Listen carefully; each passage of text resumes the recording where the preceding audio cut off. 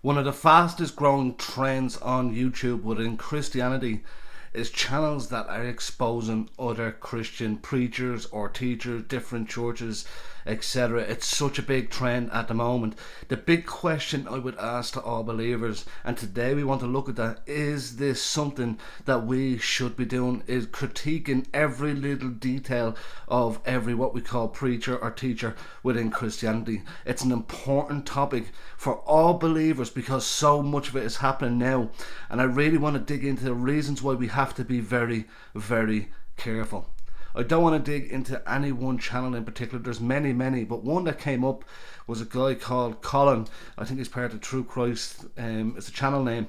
And if you scroll through, you will see every video that he has critiques every different type of preacher and teacher. At first, when I came across him, I thought, fine, I don't mind one or two different ones critiquing certain things, but to go all out on critiquing every detail and calling people a false teacher or preacher is a very, very severe thing.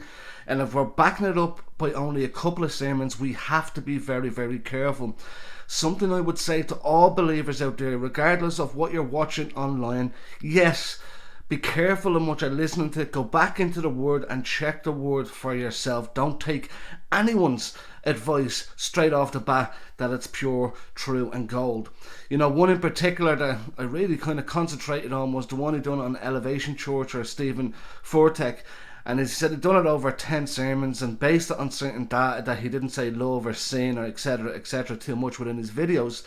But I'd have to say, be very careful, because if you're not physically in that church, you don't know what that ministry is doing for other people, whether there's people being transformed and changed, coming to Christ. So we have to be very careful. A lot of these videos, what they will do is they will actually push people away from ever watching any material for that person, and there is so much of it out there. It really would discourage non-believers, and the people have come up to me and said it, that, you know, they can't really listen to anything because Christians can't even agree with each other. Guys, people have had disagreements, that's fine. We need to learn to agree to disagree, unless they are taking a message that turns them away from Christ, away from the gospel message of Christ.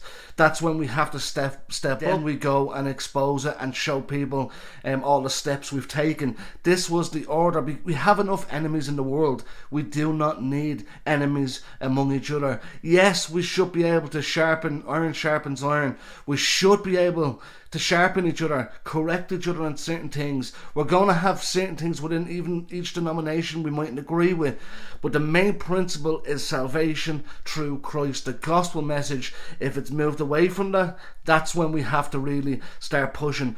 But I would ask with all sincerity, be careful with all the exposure videos. All we are doing is the enemy's work. Satan will be laughing, sitting back thinking he doesn't have to do anything to sway people away from Christianity, because Christians are doing it themselves.